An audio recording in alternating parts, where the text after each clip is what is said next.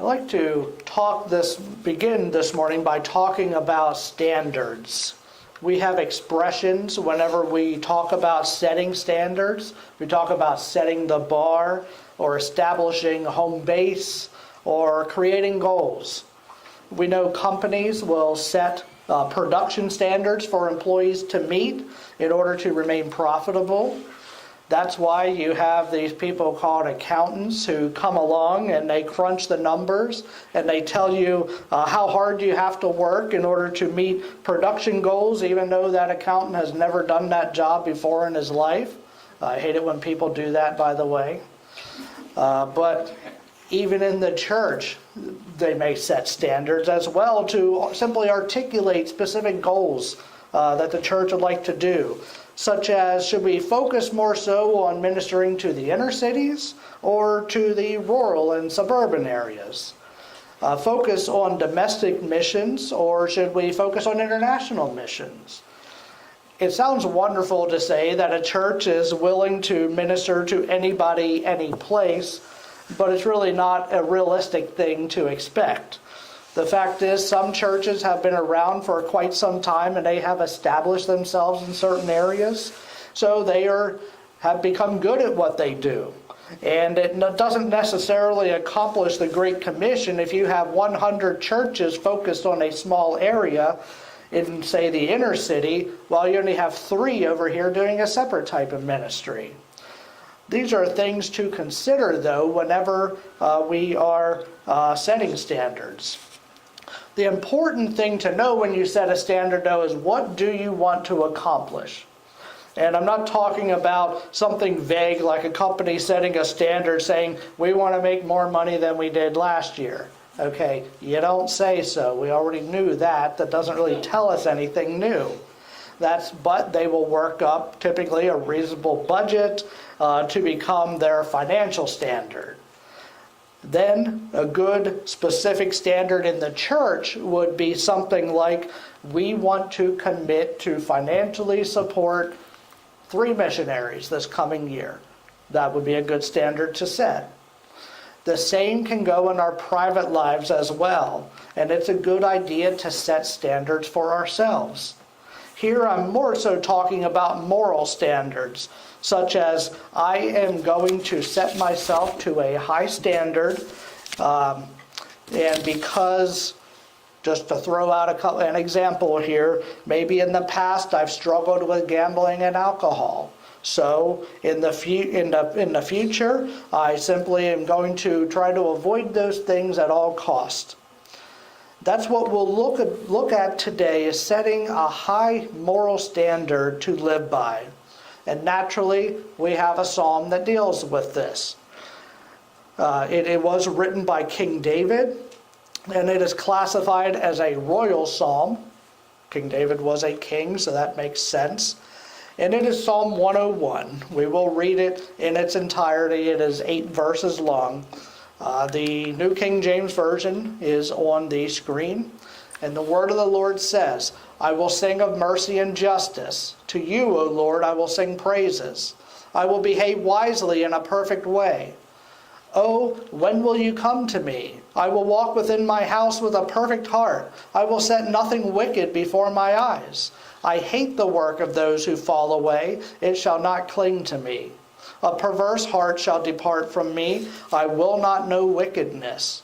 Whoever secretly slanders his neighbor, him I will destroy. The one who has a haughty look and a proud heart, him I will not endure. The one who has a haughty look and a proud heart, him I will not endure. My eyes shall be on the faithful of the land, that they may dwell with me. He who walks in a perfect way, he shall serve me. He who works deceit shall not dwell within my house. He who tells lies shall not continue in my presence. Early I will destroy all the wicked of the land, that I may cut off all the evildoers from the city of the Lord. May the Lord's holy word influence us in our lives beyond what we can imagine as we journey to follow in the footsteps of God's only begotten Son, Jesus Christ. It's not exactly clear when David wrote this psalm. We're not sure if he was rather young at the time, or middle-aged, or old, or whatever. But it does seem to me it would make the most sense to assume that he was probably very early on in his reign as king whenever he wrote this. He seems to be considering how he is going to lead the people in righteousness. If I'm right about this, and that he wrote it in that general area of his life, then that raises significant issues for us about King David. What I mean is, when you read in the rest of the Bible about his life, you see that his life was virtually a living soap opera, complete with power struggles, lust, murder, manipulation, conflict, adultery, betrayal, and more. If you know even a little bit about the kinds of sins that David was involved in, then you would read about this righteous standard that he set in Psalm 101, and you would then know how often he did not live up to this standard, and you would probably think, what a hypocrite we have here. He says he's going to be this great moral ruler, yet he's no better than you or me. This is the first point this morning. Failing to live up to a righteous moral standard is not hypocrisy. And I will explain why. It is flawed reasoning to say, I know that I can't live a good life, so why not even try? Okay, at least I won't be a hypocrite. Okay, that's flawed reasoning. Maybe you've heard people talk like that. See, what would be hypocrisy is to set a righteous standard for other people to live by and a lower standard for you to live by. David would be a hypocrite if he did that, but he didn't. This is different from simply striving to do good. David recognized God's standard as the appropriate standard for all mankind to live by, and he strove to meet that standard for himself, albeit oftentimes unsuccessfully. What David did was he set a standard for himself that no mere human could meet or surpass. So you might ask, what's the point then of setting a goal that you can't achieve? Well, you need to think about this logically. Let's say we decided we are going to dumb down God's perfect standard and law to make it easier for us to satisfy. How is that going to work itself out through time? Do we say, I know I should spend time with God every day in prayer and Bible reading, but I'm going to give myself a day off every week, and I'll do this 6 times a week. How long do you think it's going to be until you are doing it 5 days a week? And if 5 is okay to do it, well, I'll just, I got busy one day, so now I'll do it 4 this week. And then you do it 4, well, hey, 4 was good, why not 3? And you see what happens.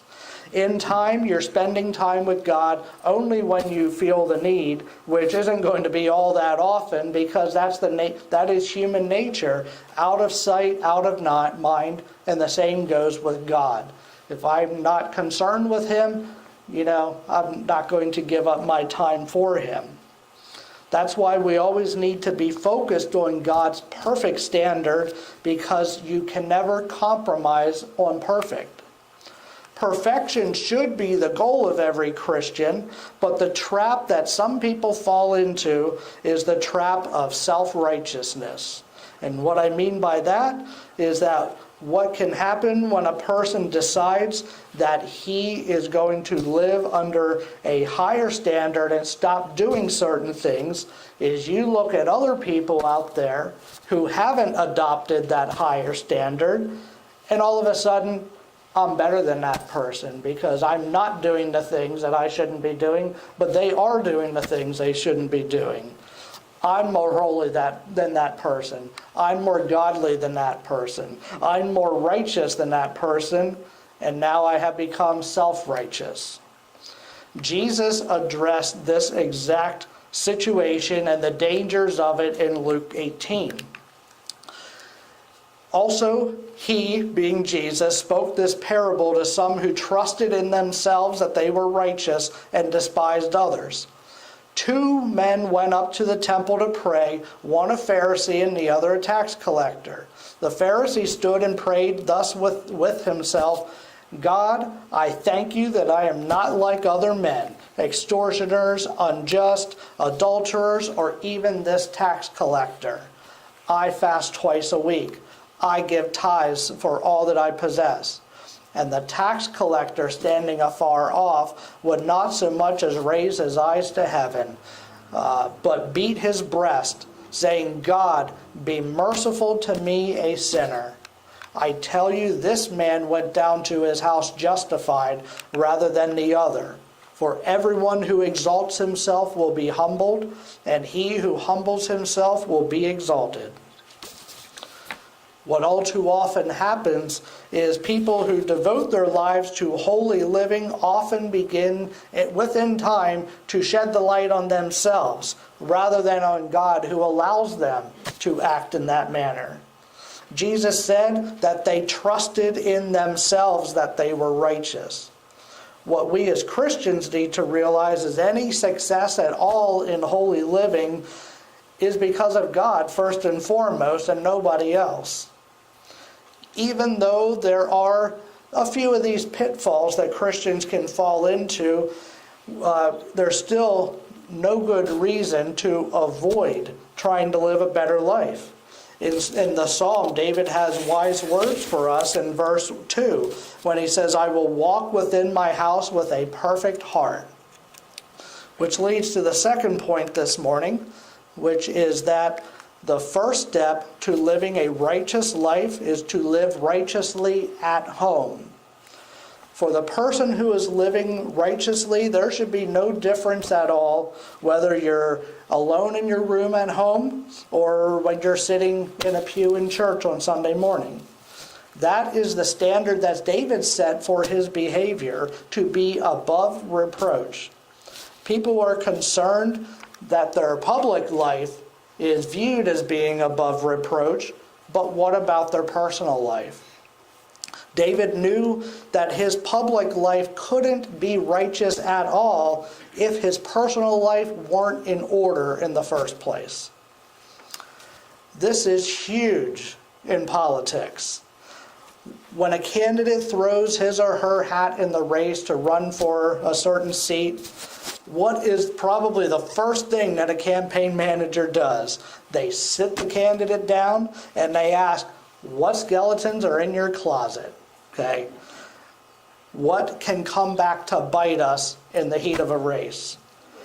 The opponent is going to try to dig up dirt on you. They know that's going to happen, to prove to the voters that you're not worth voting for.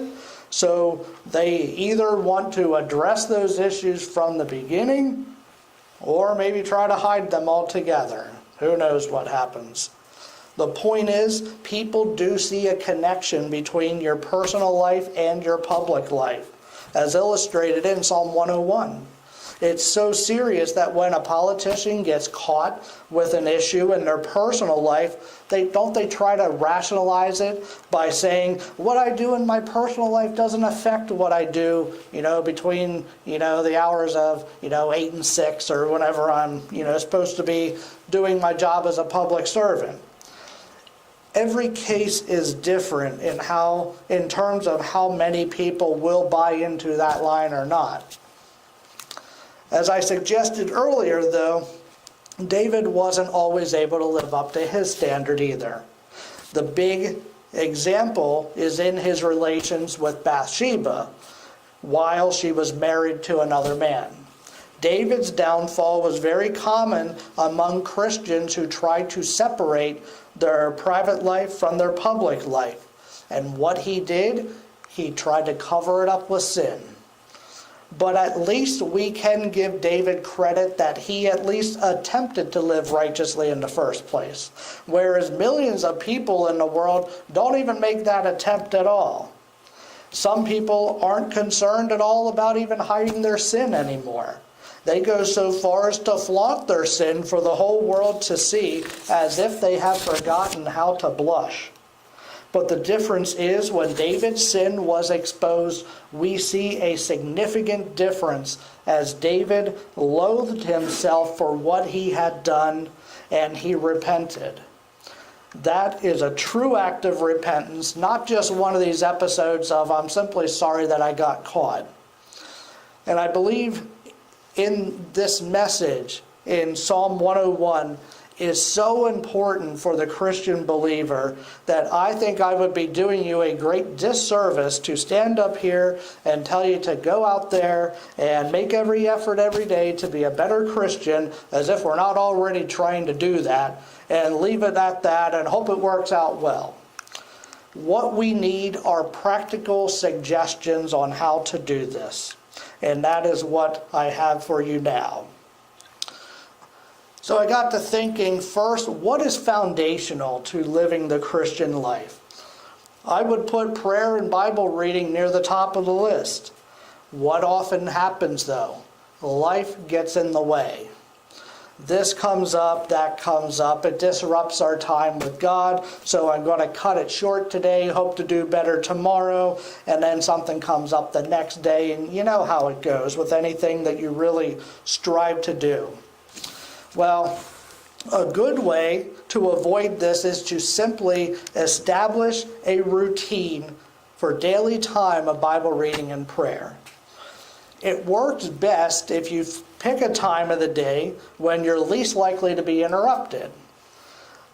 I got to tell you that when I first became a believer, people talked about this, and some people said the best time to do it is first thing in the morning when you're fresh and you can start out your day with God. And I thought, hey, that sounds good. I may as well give that a shot. Well, didn't work out so well for me because I'm not especially a morning person. So, it is what it is. And it didn't take me too long to realize that I am simply a different kind of believer. Not the first time in my life I realized I was different from the others, but I just add it to the list, I have learned that I have a better chance of sticking to a routine if I do mine at night. Oftentimes, not long before I go to bed. For me, that is a time when I'm reasonably sure I'm probably not going to get interrupted very often. And I don't feel the need to read my Bible and pray first thing in the morning, because really, all throughout the day, I'm talking to God here and there about a variety of things. So I am starting my day with God, even though it may not look like a very regimented way of doing it. And one other quick thing to consider related to this is something I learned in a book by author Eugene Peterson. He's the guy who wrote The Message, which is the paraphrase of the Bible. He wrote a lot of other very good books too. And he put it this way. He basically said, if you believe in the power of prayer and its benefit in your life and Bible reading, that it's so important for you, then literally take your schedule and block off time for that. For example, if you call the doctor and you have to set up an appointment and they suggest 8:30 to go, but your prayer time every day is 8 to 9, you simply say, I'm sorry, that time doesn't work for me. Can we choose another time? Nothing wrong with doing that. Actually, it's a very good way to do that every day. It should go without saying that we need to be reasonable about doing it naturally. No matter how hard we try, maybe emergencies come up, but we need to do what we have to do, even if it means that we move our devotional time one day. Okay, something that I simply can't get around doing, then you make sure that you do that time every day. What I have noticed is that typically if people don't get in a routine, the first thing that comes up that you're not expecting is going to take precedence over your time with God. And it just always seems to work out that way. So we set priorities in our lives, and we have the sole discretion to determine how high of a priority our time with God is going to get. move on to another practical suggestion, and that is to find a good practicing Christian to be an accountability partner. This is someone that you can trust to keep you on the straight and narrow. This person doesn't move in with you and try to run your life for you. You simply set parameters for this relationship. Maybe you struggle with setting that routine for Bible reading every day. So you want someone to hold you accountable for that. If you really search, maybe you'll be lucky enough to find someone who knows the Bible well enough that they're not only going to make sure that you are doing your reading, but they can make sure that you understand what you're reading as well. That would be even better. A word of warning is that sometimes people can be too good of friends, though, for this to really work out, because they might be scared of losing a friendship if they really call them out on something that they should be doing and aren't doing, or vice versa. The important thing is your accountability partner must be sold out for the faith and be invested in your growth in the faith as well, no matter who that is. Now, I will tell you, one of my jobs as a pastor is to teach and train the congregation how to do ministry. To that end, I can suggest to consider getting an accountability partner, but it doesn't help you too much if you really can't think of anyone who would be a good partner. Having said that, I am taking away that excuse right now by offering to everyone here to be your accountability partner if you so choose. Just let me know. Again, I'm not moving in. I'm not running your life. I have enough in my own life to deal with, but I can, on a periodic basis, make the effort to check in with you and see how you're doing. I want to declare this an excuse-free zone, so there you have it. It is fine, though, if you choose to go another route. Maybe you've already established a good routine in your life and you're progressing well in your faith. One more thing, especially for the people who are more mature in their faith, is to disciple a person. What we're talking about here is taking an interest in the spiritual development of another person. And the great thing is, you end up growing as a result of helping someone else. Maybe your initial reaction to this is, that is pretty strange. I've never heard of anyone doing this before in their life. And maybe that's the truth, but it still doesn't make it right that people aren't doing it. I believe that the best way to learn something is to teach it. And when you enter into a discipling relationship, you simply teach. And by teaching, you are learning. You have to know it well enough in order to teach other people. The most difficult part in something like this is getting started, because you need to find someone who is willing to agree to this relationship with you. And as I said, to some people, this is a completely foreign concept to them, so you sort of have to sell them on the benefits of it too. But I will say, if the Lord ever opens a door to you to enter into a discipling relationship with another person, either to disciple them or be discipled by someone else, I would take advantage of it, because it is a great opportunity and a great way to grow in your faith. I hope that I have whetted your appetite for by suggesting some of these practical ways to actually live out your faith. Maybe your mind is spinning now and you're considering what's up on the screen and looking at these, and after all of that, I think it does bear taking a very quick trip back to review where David had taken us. First, he set a high moral standard for his life, but we need to remember that failing to meet a standard doesn't make us a hypocrite. Just as it doesn't make us a hypocrite if we accept God's standard for our life and fail to meet it. Just be aware that it is a very common slander against Christians that we are hypocrites because we don't live up to what we teach and accept, but we know that's not true. David then expressed the importance for the Christian to keep his house in order and avoid temptation at all costs, not putting yourself in a position where it is easy to fall into sin.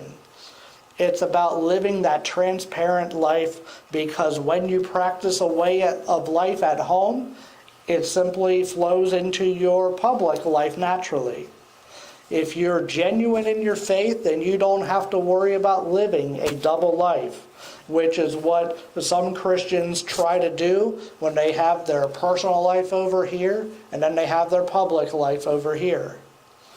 Then we pulled it together with the suggestions of how to practically live out our faith, establish Bible reading and prayer routine every single day.